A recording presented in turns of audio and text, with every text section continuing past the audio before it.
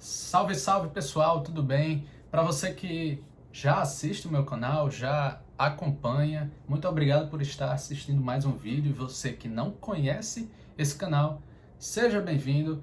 Aqui eu só falo sobre valor de empresas, valuation, o que é valuation. Já já eu vou dar uma explicação bem breve para que você fique inteirado aí. Caso você invista em ações, né? É necessário que você talvez já invista em ações ou já entenda do investimento em ações para que você entenda do valuation, né? Para que você agregue esse conhecimento a mais nos seus investimentos. Então, pessoal, o que é valuation? Valuation é um processo que nós fazemos para determinar o valor de uma empresa. Quando eu estou fazendo valuation, eu estou buscando determinar o valor intrínseco, o preço justo daquela ação, daquela empresa. Então, o valuation, se você vem acompanhando o meu canal, se você viu pelo menos um dos primeiros vídeos que eu postei no canal, você já deve saber o que é valuation por múltiplos. Valuation por múltiplos é um método de valuation. O valuation engloba vários modelos, vários métodos. Existem várias formas de fazer valuation. E outra forma de fazer valuation, a não ser o valuation por múltiplos, é o valuation por fluxo de caixa descontado. O valuation por fluxo de caixa descontado, diferente do outro modelo, que é a valuation por múltiplos, ele vai calcular, ele vai buscar determinar o valor da empresa com base no que a empresa gera. Afinal, todas as empresas buscam gerar dinheiro, né? Você sabe que a empresa busca gerar dinheiro. Ela é uma organização com fins lucrativos. Então ela busca o quê? Lucrar. Lucrar com o quê? Com suas operações. E nós estamos determinando o valor de quê? Das suas operações, dos seus ativos operacionais. Isso é que o valuation objetiva, né? Esse é o objetivo maior, principal do valuation. Então, pessoal, novamente eu quero iniciar essa conversa porque no outro vídeo que eu postei sobre o fluxo de caixa livre do acionista, eu perguntei, né, a vocês o que é que a empresa gera, né? Dinheiro. E qual é esse dinheiro? Como é que eu identifico que dinheiro, que quantia é essa? É só eu ir lá nos documentos contábeis, né, lá no centro de relacionamento com investidor que a empresa tem, lá no site RI da empresa, vai ter a central de resultados. E lá nessa central de resultados você vai encontrar todos os documentos, né, contábeis necessários para você, por exemplo, identificar quanto aquela empresa gerou naquele ano ou naquele trimestre. Então, onde é que você encontra a informação do quanto a empresa gera? Lá nos documentos contábeis, lá nas informações financeiras, demonstrativo de resultado, etc. Então, nesses documentos você vai encontrar isso. E o que é que você vai encontrar lá? Para lhe dar essa informação do quanto a empresa gera. É lucro líquido? Não. Já expliquei que não é lucro líquido. Por quê? Porque as informações financeiras, elas são norteadas, elas são determinadas ali por normas, né? São normatizadas. Existem normas contábeis que instruem as empresas, seus departamentos de contabilidade, a criarem aqueles documentos, porque se não fosse normatizado, se não existissem normas, determinações para aquela atividade, as empresas iam fazer do jeito que elas quiserem, iam declarar seu lucro para que possa ser calculado a quantia de impostos, né? Ia ser feito do jeito deles, do jeito que eles quiserem, e por isso é importante que tenham normas. Porém, as normas, elas não são perfeitinhas, né? Elas possuem falhas. As normas possuem as suas falhas. E qual é essa falha que é tão importante que a gente entenda, né? Existem várias informações, você não precisa decorar as normas de contabilidade, você só precisa saber aquela informação que é útil para os seus investimentos. nós não vamos nos aprofundar em contabilidade. Eu, como investidor em ações, eu não sei todas as normas, eu só sei o que é importante para mim e, claro, não sei tudo, mas eu busco pegar informações que são de utilidade para mim, não informações inúteis que não vão agregar em nada para que eu invista melhor. Então, qual é essa falha, essa informação que nós precisamos saber, essa falha das normas contábeis que nós precisamos saber para calcular o que aquela empresa gera? Porque o meu objetivo é saber, o meu objetivo, assim, não principal, mas um dos objetivos que eu tenho no valuation é saber o quanto a empresa gera, porque se o valor dela é determinado pelo que ela gera, eu preciso saber quanto ela gera. Então, pessoal, qual é essa falha? A questão é que existem alguns itens lá dos demonstrativos, né, financeiros da empresa, contábeis, né? Existem alguns itens que eles são despesas, contados como despesas, sendo que aquilo não foi pago de fato pela empresa, não saiu do bolso da empresa. Isso é uma falha, porque eu quero saber o quanto a empresa gera naquele ano. Vamos dizer que as contas da empresa somavam R$ 1.000 e no último ano ela somou mais R$ 1.000. Então ela finalizou o ano com R$ 2.000 em conta. Ela gerou R$ 1.000. É aquilo que de fato entrou. É a soma das entradas de fluxo de caixa e das saídas, dos fluxos de saída de caixa. Então, fluxo de entrada menos fluxo de saída é a geração da empresa. É o que ela gerou. Porém, o lucro líquido não vai bater com esse resultado. Eu preciso calcular, então, quanto foi a geração da minha empresa naquele ano. E por que o lucro líquido não vai bater com aquilo? Existem algumas despesas que elas estão abatendo ali o meu lucro operacional, porque eu vou ter o meu lucro bruto menos as despesas operacionais, eu vou ter o quê? Lucro operacional. E depois eu vou reduzir o meu resultado financeiro e eu vou reduzir de novo o imposto de renda. E aí eu vou achar o meu lucro líquido. Porém, nas minhas despesas operacionais estão contadas, né? Está sendo considerada a depreciação. E a depreciação é algo que às vezes que da forma que está lá não é uma saída mesmo de caixa assim. Porque o que é depreciação? Daqui a pouco eu vou dar uma explicação para você do que é depreciação, mas esse realmente não é o momento exato. Então vamos seguir aqui no entendimento, né, de fluxo de caixa, porque depois você vai ter uma oportunidade melhor para entender isso, mas essa não é a hora. Antes que eu explique como se calcular esse fluxo de caixa livre da firma, né, eu quero que você entenda por que, de fato, eu estou calculando o fluxo de caixa livre da firma e não o fluxo de caixa livre do acionista, por exemplo, como eu expliquei no outro vídeo sobre o fluxo de caixa livre do acionista. Por que eu estou usando esse outro método de cálculo? Por que eu estou calculando esse fluxo de caixa específico? Pessoal, o fluxo de caixa livre do acionista, ele funciona melhor para empresas que possuem um grau de endividamento estável com o passar do tempo. Então, se eu estou investindo em uma empresa que não possui um grau de endividamento estável, se ele é instável, um ano aumenta o endividamento, outro cai muito, outro sobe muito, isso é totalmente instável, que tipo de fluxo de caixa eu vou calcular? O fluxo de caixa livre da firma. E qual é a solução para que eu elimine essa instabilidade? Vai ser eliminando o cálculo da dívida, né?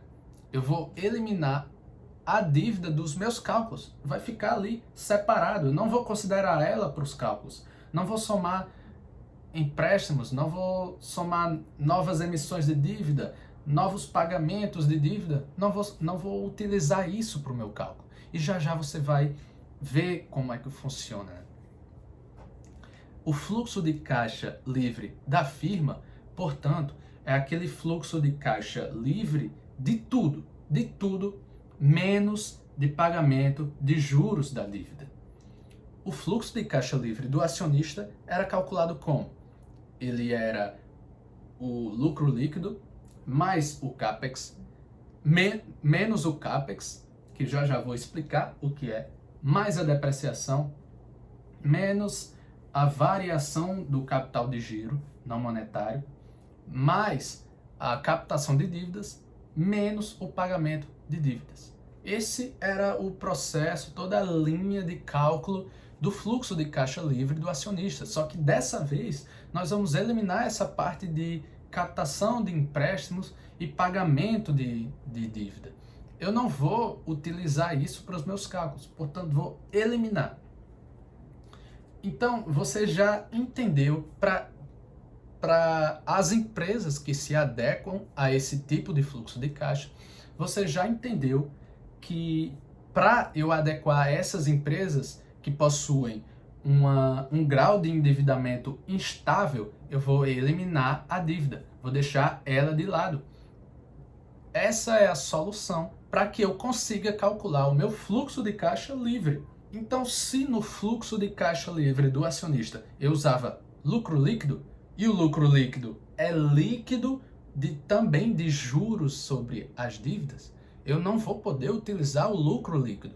Por quê? Porque se eu quero calcular um fluxo de caixa livre que seja livre de tudo, menos de juros sobre dívida, eu não vou poder usar um parâmetro que já exclui a dívida, né? Então, o que é que eu vou usar? Existe um item lá no demonstrativo de resultado que é o lucro operacional antes dos impostos. O lucro operacional, ele vem só das operações. Portanto, se só vem das operações, se é um lucro operacional, eu não vou poder incluir a minha receita financeira. Porque qual é a operação de uma empresa? Se eu tomar aqui como exemplo a Amazon, qual é o negócio da Amazon? Existem aí dois principais negócios. A Amazon Web Services, né, que é uma empresa aí de cloud computing, né, computação na nuvem. Existem vários negócios aí, tecnologia da informação, e tem a Amazon ali do varejo, né, que a gente compra as coisas da internet e tal, como o Mercado Livre, e essa é a operação da Amazon. Agora, se a Amazon tem um dinheiro ali na conta dela e ela quer fazer render colocando num título de investimento aí, num investimento aí de baixo risco, ela pode fazer isso para render mais um pouquinho, né? Afinal, deixar o dinheiro parado não é coisa boa nem para a gente, né?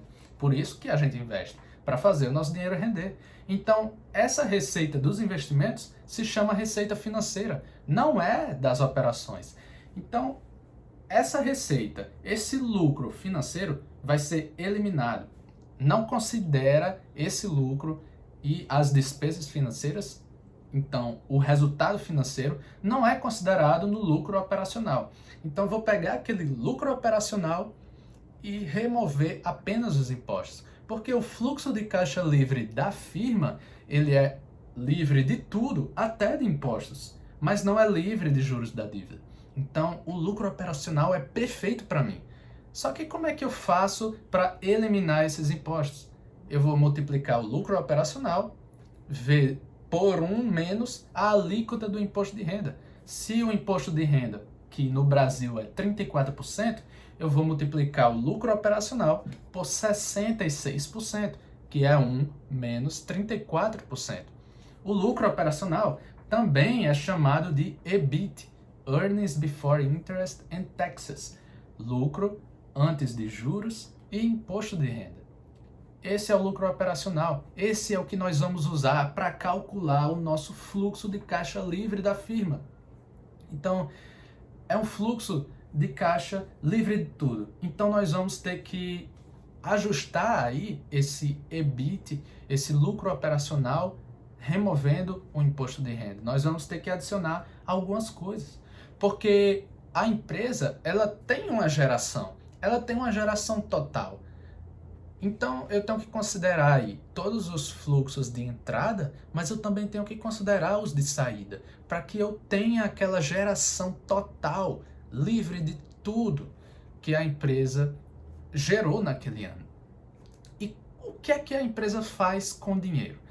O dinheiro que ela gera, ela paga salários, ela paga tudo, isso tudo já está considerado, né? Suas despesas da receita, custo dos produtos vendidos, das mercadorias, dos serviços, salários, sistemas, todas essas despesas operacionais, né? Elas já são consideradas aí no meu EBIT. Essa parte aí eu já consegui, beleza, já removi despesas operacionais, imposto de renda, já removi tudo. Só que existem outras coisas que a empresa faz com o dinheiro. Ela não fica só se mantendo todo ano a mesma coisa. As empresas buscam crescer, expandir os negócios. E é aí que entra na nossa conversa o CAPEX, que são as despesas de capital. É aquele dinheiro que a empresa pega e reinveste no seu negócio. Se eu sou, por exemplo, a Centauro, o que é que eu faço para crescer? Eu abro novas lojas, eu abro centro de distribuição. A Amazon recentemente abriu aqui em Fortaleza, próximo de Fortaleza, um centro de distribuição. A Amazon é muito interessante, por sinal, né? É um gigante, empresa. Você vê logo ali pela fachada que é uma empresa excelente. Não estou recomendando compra de ações da Amazon, mas foi muito interessante a experiência de passar perto. Então, o CAPEX são essas despesas. A expansão, reinvestimento, abertura de lojas, aquisição de ativo imobilizado. Esse é o CAPEX. E aí, é uma hora perfeita, como eu falei anteriormente, mais cedo no vídeo, que essa é a melhor oportunidade para eu falar sobre depreciação, que é aquele valorzinho que está considerado lá, inclusive no EBIT, né? Está considerado também no lucro líquido. O lucro líquido de quê? De várias coisas, incluindo depreciação. Ou seja, eu estou pegando ali uma receita das mercadorias vendidas e eu estou removendo várias despesas, inclusive um itemzinho que se chama depreciação. E o que é essa depreciação? É muito importante que você entenda. Esse é aquele fatorzinho que eu falo que é importante, que é útil para a gente. Existem várias informações inúteis, mas entender a depreciação é algo muito importante. Eu quero que você preste atenção nessa hora que eu vou explicar a depreciação. A depreciação, ela é simplesmente o CAPEX, aquele reinvestimento que eu fiz, dividido pela vida útil daquele ativo que eu adquiri. Se, por exemplo, eu sou a Tesla, vamos fingir aqui, vamos pensar como a Tesla. O que é que a Tesla faz? A Tesla produz carros elétricos, assim, é o negócio mais famoso, né? Existem outras vertentes, mas um negócio que eu tenho certeza que você conhece, é a fabricação de carros elétricos. A Tesla trabalha com isso. Como é que ela fabrica, né? Onde é que ela fabrica? Na fábrica. Essa fábrica vai ter uma capacidade X, mas se a Tesla quer crescer, o que é que ela faz? Ela abre uma nova fábrica, certo? Ela adquire ativo imobilizado, faz uma aquisição, constrói, né? Adquire um terreno, começa a construir, certo? Então, é isso que a Tesla faz. Só que esse ativo, será que ele vai durar para sempre? Será que você não precisa fazer a manutenção dele? Claro que precisa, para que ele não se desgaste, para que ele não se deprecie, certo? Então, essa depreciação é a perda de valor daquele ativo com o passar do tempo, porque nenhum ativo dura para sempre. Se eu compro um carro, por exemplo, com o passar do ano ele vai perder valor. Ele não vai poder ser vendido daqui a 10 anos pelo mesmo valor que eu comprei. Ele vai depreciar, ele vai perder valor. É isso que acontece com os ativos que as empresas adquirem. É isso que acontece. Essa é a depreciação. Mas, pessoal, vamos pensar aqui. Eu comprei aquele carro, ele vai perder valor todo ano. Mas essa é a perda naquele valor intrínseco dele. não é um dinheiro que eu vou ter que estar gastando todo ano, né? Claro que o carro, ele é um passivo, ele é algo que gera despesas, gasolina, manutenção, seguro, mas eu não vou ter que pagar simplesmente porque ele fica velho, que é a depreciação. A depreciação é essa perda de valor. Eu não vou estar pagando por isso, certo? Então, por que que eu vou diminuir do meu lucro líquido aquele valor? A depreciação é o CAPEX, é aquele dinheiro que eu já paguei. Eu não preciso ficar pagando novamente. Não, eu comprei um centro de distribuição, vamos dizer que eu sou a Amazon novamente, comprei aquele centro de distribuição, já está construído, já está todo pago. Eu não vou ter que ficar pagando novamente a construtora, por exemplo. Não vou ter que gastar dinheiro em relação à compra dele. Claro que eu vou ter que realizar manutenção, mas isso já é outro tipo de gasto. Entendeu? Essa é a depreciação. A depreciação é o CAPEX dividido pela vida útil. Vamos dizer que aquele carro dura 10 anos. Se o valor dele foi 50 mil reais, a depreciação dele vai ser 5 mil reais por ano. Mas eu não estou pagando 5 mil reais todo ano. Eu já paguei o valor do carro, que é 50 mil. Agora, se ele chega no fim da vida dele e ele não vale mais nada, vale zero, e eu vou descartar ele, aí já não tem nada a ver, eu não vou pagar para descartar ele. É isso que a depreciação ela está representando ali no demonstrativo. A perda de valor dos ativos. Portanto, pessoal, agora nós podemos desenvolver aqui o cálculo do nosso fluxo de caixa livre da firma, certo? Eu já falei para vocês que o primeiro fator é o EBIT, o lucro operacional, reduzindo os impostos, certo? Multiplicando por aquele fatorzinho que é 1 menos a alíquota de imposto de renda, né? Se aqui no Brasil é 34% a alíquota das empresas corporativas, então eu vou multiplicar o lucro operacional por 1 menos 34%, que dá 66%, que é igual a 0,66. Esse lucro operacional após impostos, eu vou subtrair o CAPEX, né? Então vai ser lucro operacional após impostos, menos o CAPEX, porque é o reinvestimento que eu faço. Eu pego uma partezinha desse dinheiro que eu gerei e vou reinvestir na minha empresa para que ela possa crescer. E aí eu vou somar a depreciação, porque eu já expliquei que a depreciação, ela, embora seja considerada uma despesa de acordo com as normas contábeis, aquela depreciação não representa de fato uma saída de caixa. Ela é uma saída de caixa, ela é um dinheiro que realmente sai do bolso da empresa no início, na hora que a empresa adquire o ativo que ela fez, a aquisição que ela fez, né? O CAPEX, ela só ocorre de fato no momento em que o CAPEX, que é a despesa de capital, é realizada. Portanto, lucro operacional após impostos, menos CAPEX, mais depreciação. E aí tem outro fatorzinho, né? Outro item que eu falei já no início do vídeo, que é a variação do capital de giro não monetário. Eu quero que você entenda, talvez você já saiba o que é balanço patrimonial, mas eu quero que você entenda o que é capital de giro. O capital de giro, ele seria os ativos circulantes menos o passivo circulante. Tudo aquilo que é circulante, né, passivo ou ativo circulante, é aquilo que será realizado, né, ou está para ser realizado em até um ano. Se eu tenho investimentos, aplicações financeiras, que é um ativo, é algo que eu tenho, porque ativo é o que eu tenho, passivo é o que eu devo, são minhas obrigações. Então, aquele investimento, aquela aplicação financeira, ela tem um prazo de vencimento. Quando nós vamos investir em Tesouro Selic, ele não é válido para a eternidade. Ele tem aquele prazo, ele tem aquela data de validade. Então, os investimentos que têm uma data de validade, né, um vencimento em até um ano, vai ser considerado circulante. Do mesmo jeito, os meus empréstimos.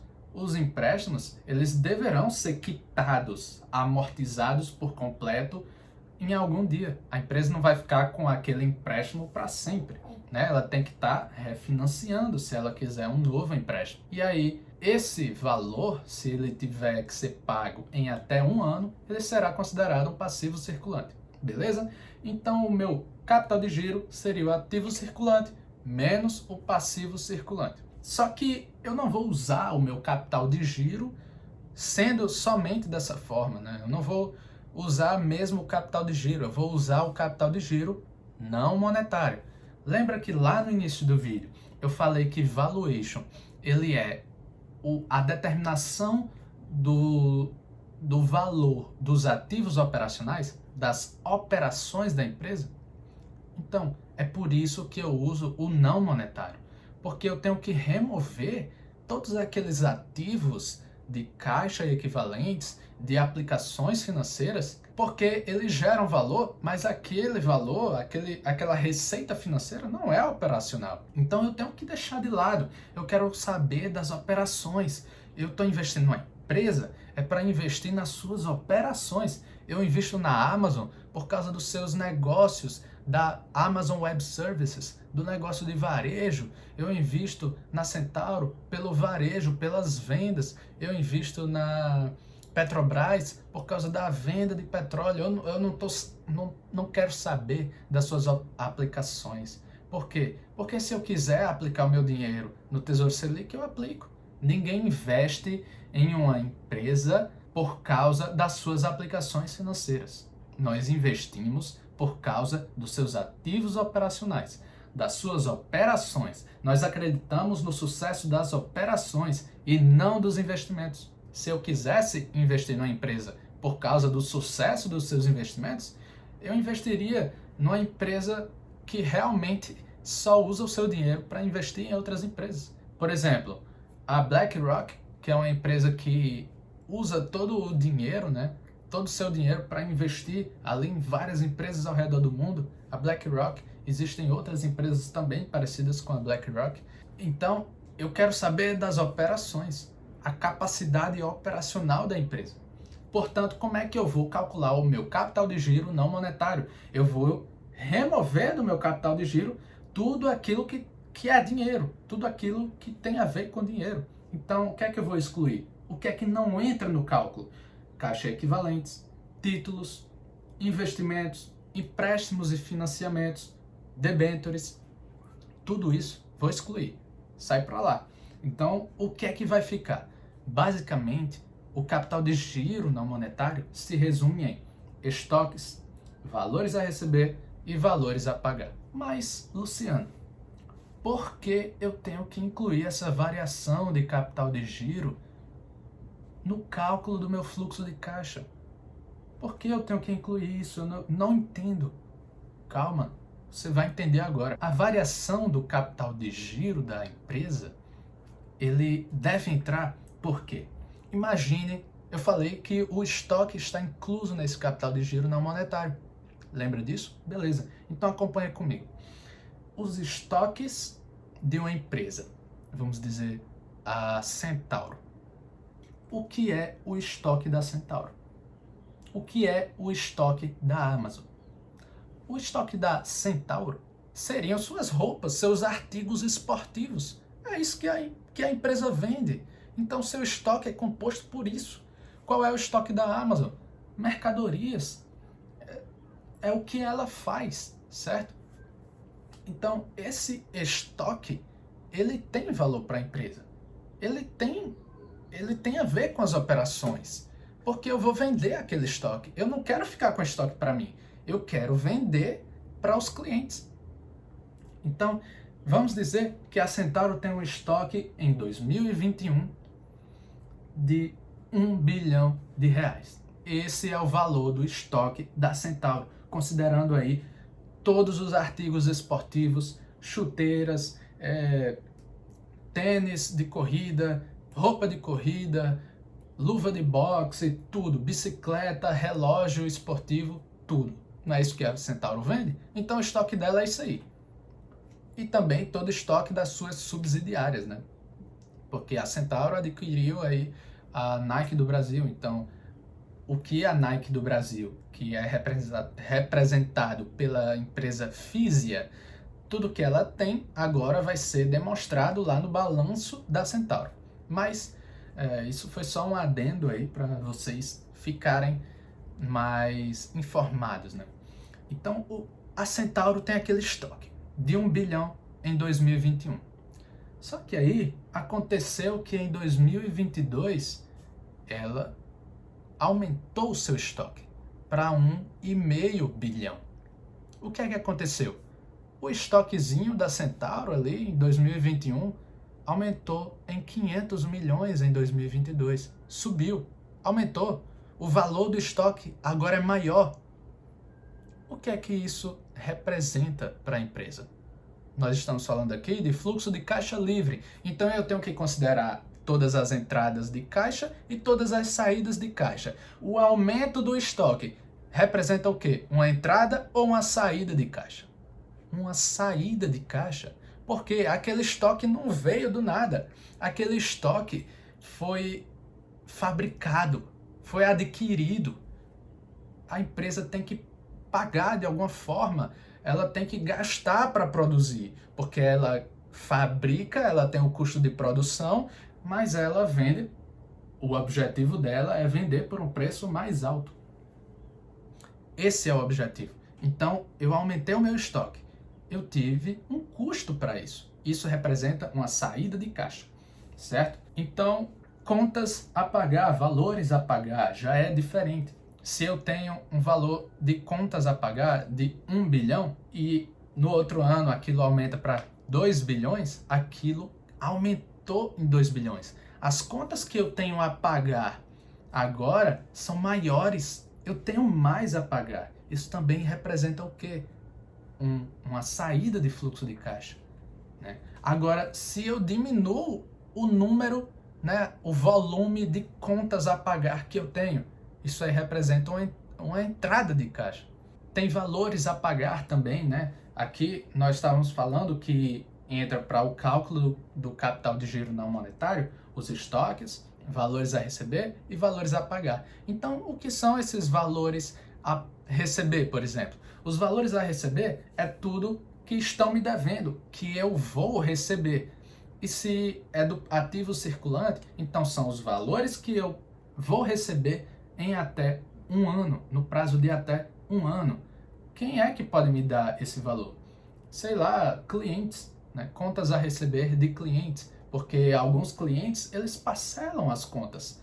E aí essas contas, elas podem vir depois de 2 anos. Vai que alguém compra algo muito caro, parcela ali no cartão em 24 vezes, a empresa só vai receber uma parte do valor depois de um ano, né? Só que uma parte também recebe lá no fim do ano, né?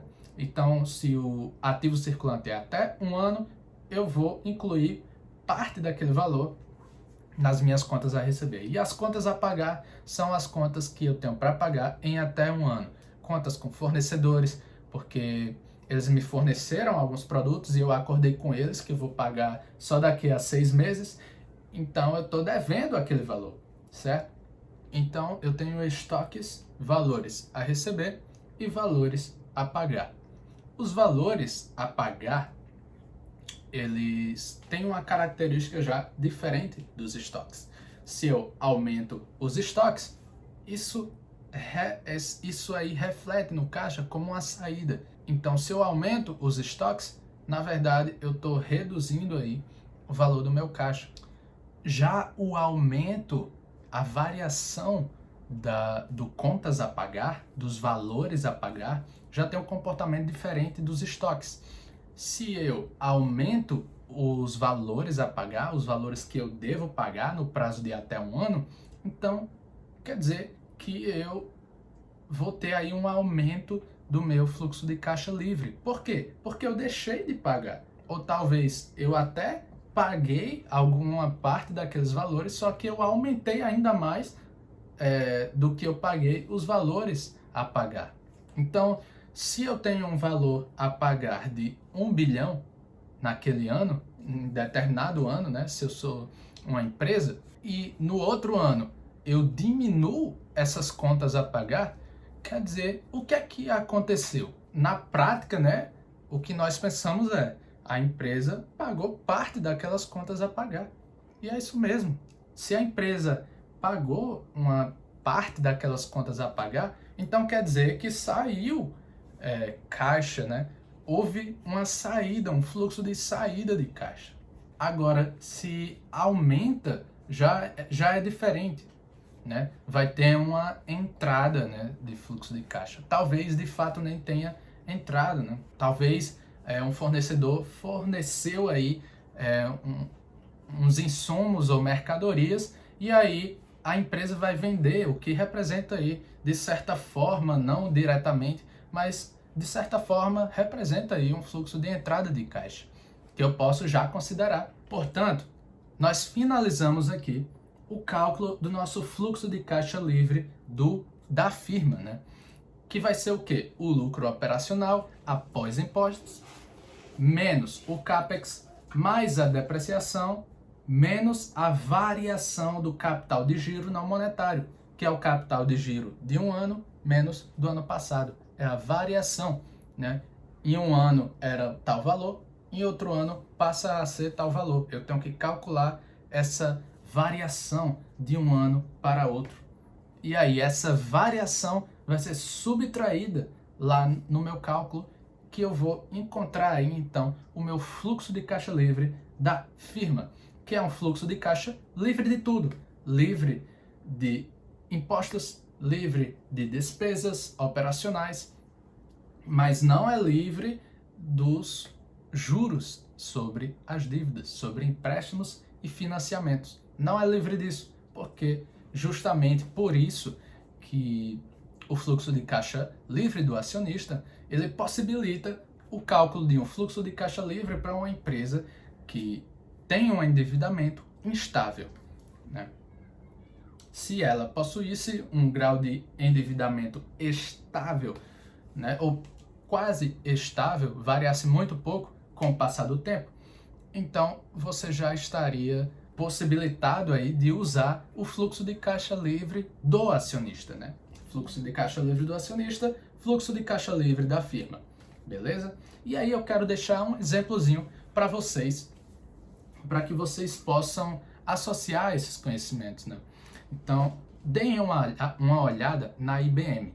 A IBM, que é uma empresa internacional, né, é International Business Machines, uma multinacional, ela adquiriu em 2019, acho que em dezembro de 2019, ela adquiriu por 34 bilhões de dólares a Red Hat, que é uma empresa de TI, vamos resumir nisso, né? Então a IBM, ela adquiriu a Red Hat por 34 bilhões de dólares e para adquirir essa empresa, ela teve que se endividar, porque ela não tinha 34 bilhões de dólares. Talvez ela até tivesse uma parte, né? Mas ela teve que pedir emprestado para comprar a empresa e agora a dívida dela estava muito grande.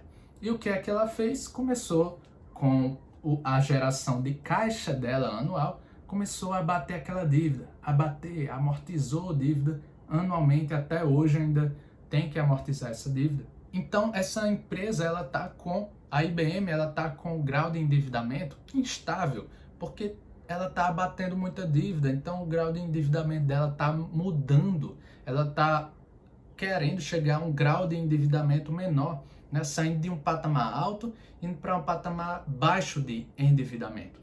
Então, eu não posso utilizar o fluxo de caixa livre do acionista. Por quê? Se no fluxo de caixa livre do acionista, para eu calcular aquele fluxo de caixa livre, eu tenho que considerar o pagamento de dívidas, o que é que vai acontecer com o meu fluxo de caixa livre se eu considerar todos esses pagamentos altos de dívida que a IBM está fazendo? Aquele fluxo de caixa vai ficar muito pequenininho. Só que isso talvez não reflita bem o valor daquela empresa, porque o valor daquela empresa ela vai se basear em fluxos de caixas bem pequenininhos e por causa disso o seu valor também vai ser pequeno, mas talvez o valor dela não seja tão pequeno, né? talvez elas tenham um valor maior.